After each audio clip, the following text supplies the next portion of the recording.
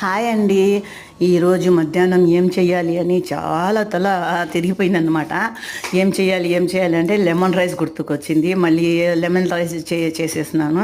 మళ్ళీ మటన్ షీక్లు కూడా చేసినాను. ఎందుకంటే ఈ చికెన్ తినకూడదు అని అందరూ అంటున్నారే, అందుకోసము లెమన్ రైస్లో ఎలా చేస్తున్నానో మీకు చూపించబోతున్నాను. ఇది శనగపప్పు, మళ్ళీ ఇడ్లీలోకి వేస్తారు కదా పప్పు, ఆ పప్పు, మళ్ళీ పల్లీలు వేసి కరివేపాకు వేసి మళ్ళీ పచ్చిమిరపకాయలు బాగా మిక్సీలో క్రష్ చేసుకొని మళ్ళీ పసుపు ఉప్పు ఆయిల్లో బాగా ఫ్రై చేసుకున్న. ఇది ఎండుమిరపకాయలు కూడా దానికి కూడా క్రష్ చేసుకున్నా, ఎందుకంటే దాంట్లో బాగా కారం రావాలి అని. ఇది పసుపు వేస్తున్నాను అనమాట. దీంట్లో ఉప్పు మళ్ళీ లెమన్, అంతేనండి. లెమన్ రైస్ తయారైంది. మళ్ళీ షీకులతో నంచుకొని తిన్నాము, చాలా బాగుండింది.